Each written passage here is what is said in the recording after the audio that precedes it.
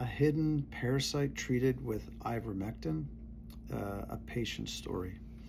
Hi there, my name is Dr. Walter Lemo, naturopathic physician with a practice solely focused in cancer care for over 20 years and in clinical practice for 27 years.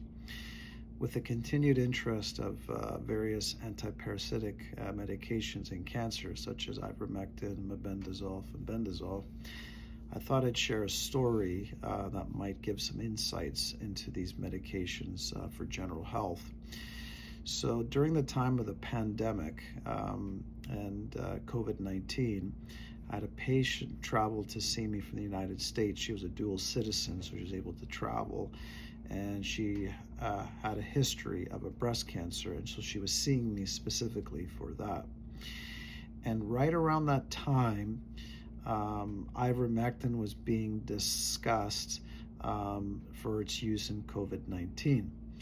And so it was newer at that time. Mebendazole, febendazole, those are older drugs that have been more popularly used, I find, in cancer off-label, but ivermectin was a new one. And so this patient then tells me, oh, that drug changed my life in a good way. And I said, in what way? Because remember, she has a history of breast cancer and seeing me. She goes, I was doing a bunch of testing, stool testing, with her doctor in the United States, and one of the things that came up was a certain parasite. I can't remember the name of it at this point in time, but the treatment that was listed for it was ivermectin. So she began to take ivermectin, and she reported literally within days there was this more dramatic improvement in her quality of life, like her energy and just everything about her, that this weight that was weighing her down appeared to have lifted, and it stayed. And she goes, yeah, it's like it was just an amazing drug for me, and again, she also had a history of breast cancer, so it's not like her breast cancer, say, disappeared. But it made me kind of reflect, like, how many of us, assuming this story is true, like it was definitely true for her. I didn't look at the lab results or anything, but how many of us are walking around with maybe some level of, say, a parasitic infection and don't know? See, because you don't necessarily have to have these classic symptoms of like diarrhea, upset stomach, and the problem with these parasitic infections is they're smart.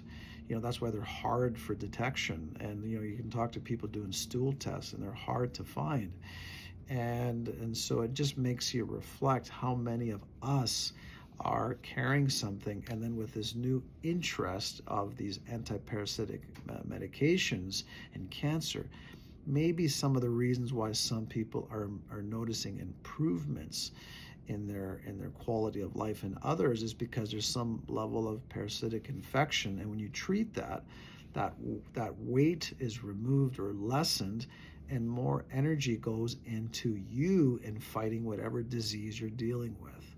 So it's something to kind of keep in mind, and that it just makes you reflect how many of us are carrying some level of maybe parasitic infection, that maybe these treatments or these drugs are helping that in some capacity.